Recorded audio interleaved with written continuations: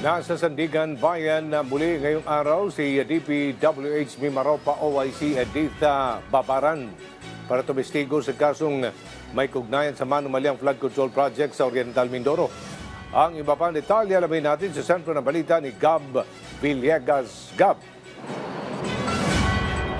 Aljo, muling sumalang sa witness stand sa Sandigan Bayan si DPWH Mimaropa Officer in Charge Editha Babaran. Yan ay sa pagpapatuloy ng pagdinig sa kahilingan ng mga opisyal ng DPWH sa rehiyon na sila ay makapaglagak ng piyansa. Ito ay kaugnay pa rin nitong substandard na road light project sa Oriental Mindoro. Dito ay kinustyon ng defense team ang naging inspection ni DPWH Secretary Vince Dizon at Oriental Mindoro Governor Humerlito Dolor sa road light flood control project noong September 9 sa bayan ng Nauhan.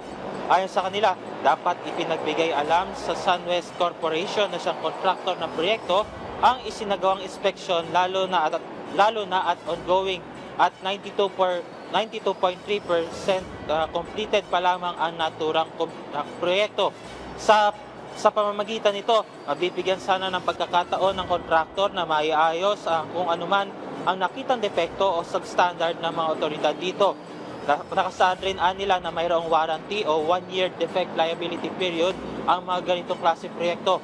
Ayon pa kay Babaran, wala nang anumang konstruksyon ang nangyayari sa lugar nang huling beses itong bumisita sa construction site noong December 14. Ito ay alinsunod na rin sa ipinatupad na suspension order ni Secretary Dizon sa repairs at construction ng proyekto upang magbigay daan sa assessment na isasagawa ng DPWH ng mismong probinsya. Adyo sa mga oras na ito ay nakabreak pa rin ang Sandigan Bayan 6th Division at mamaya 1:30 ay muling magbabalik ang sesyon, ang pagdinig kung saan ay nagpapatuloy pa rin itong pagtatanong ng defense panel kay DPWH OIC Babaran. At sa mga oras na ito ay patuloy pa rin na maghihintay kung meron ba o makakasalang ba ang kinatuan mula sa Independent Commission on Infrastructure matapos na isa lang sa witness stand si DPWH OIC Babaran. At yan muna ang update mula rito sa Sandigan Bayan sa Quezon City. Balik sa iyo, Aljo. Maraming salamat, Gab Villegas.